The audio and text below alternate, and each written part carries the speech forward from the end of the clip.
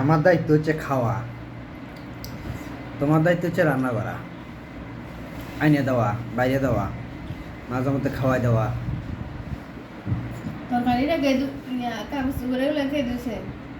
তোমার একদিন বলছি না আমার কাজ হচ্ছে সকালে অফিস যাবো, বিকেল অফিস থেকে আসবো, খাবো, ঘুমাবো, আসছে না এটাই আমার দায়িত্ব। আমার কাজ হচ্ছে যে সারাক্ষণ ঘুমানো, মোবাইল টিপা। আর আমার আবার একটা ওভার টাইম আছে, মানে অতিরিক্ত কাজ আছে।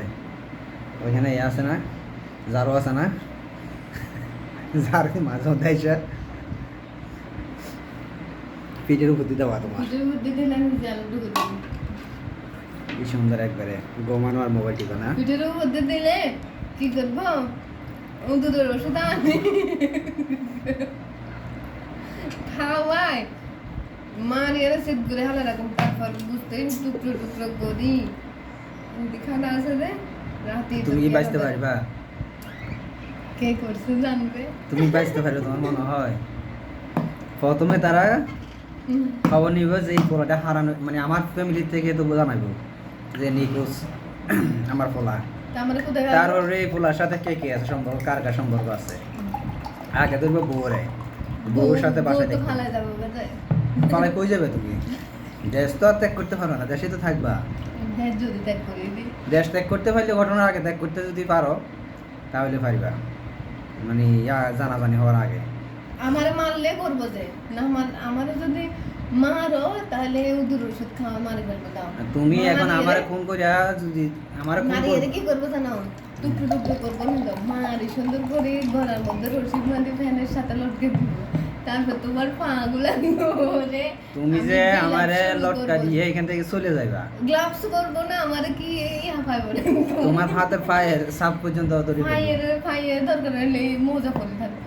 এত সহজ না একটা মানুষকে খুন করা, ঠিক আছে? দরকার না আমি জেলে যাবো, জেলে কাটতাম 5 বছর।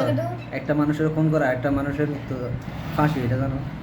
ফাঁসি দেয় না বাংলাদেশে, ওটা দেয় না। বাংলাদেশে ফাঁসি দিছে কত মানুষের মারি ফেলাই দেয়। ওই দিনও তো এই যে আমাদের ইয়ার থেকে চট্টগ্রাম ইয়ার থেকে ওই যে একটা মানুষের লাশ পাইছে, তো ওইটার ফাঁসি দিছে। তো ফাঁসি তোমার দেখা দেখা দিব? দেখা দেখা দিব। ফাঁসি কি তোমার দেখা দেখা দিব? মৃত্যু দণ্ড দিব তোমারে। মায়ের দরকার হলে আমি মারি জিয়াল কাটবো, তাও আমি দরকার মরে যাবো, তাও আমার রূপটা শান্তি হইব না। মরে গেলে তো জানা হবে না। জানবো না দরকার যাবো। ছি ফালতু, এত শখ আমার মারার?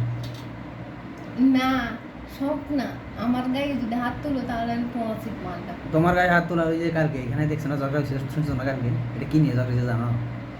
কালকে এখানে একটা ঝগড়া হয়েছে না, কি নিয়ে ঝগড়া হয়েছে এটা জানো? মানে একটা মহিলা আর একটা মহিলারা যাই বোঝাইতেছে, ও মুখে জামাই বউ ঝগড়া করছে, জামাই ফিরাইছে দৌড়ে, মানে ওই মেন কথা বলতেছে আর কি, সমালোচনা করতেছে। ওই যে জামাই বউ ঝগড়া লাগছে যে, হ্যাঁ এইটা মানে আরেকজনের যায় আরেকজনকে বলতেছে। তো এখন এই শুনছে, এটা শুনে এসে তখন এই যে বাড়িওয়ালার মহিলারা বলতেছে যে আমরা জামাই বউ ঝগড়া করছি, মারামারি করছি, এটা মানুষের বোঝানোর কি আছে এই সেই। এখন সেটা আবার ওই মহিলা এসে শুনে গেছে, যে সমালোচনা করছিল সে এসে শুনে গেছে। সে তখন জবাব দিতেছে যে তুইও তো আমার নামে বলছিলি, আমি আর আমার জামাই মারামারি করছিলাম, তুই বলছিস না মানুষের, এখন আমি বলছি মানুষের। এখন লাগছে এটা নিয়ে ঝগড়া, এটা কোনো কথা? আল্লাহ, মাইনলা জাত সে অজাইতে জাত না, মানে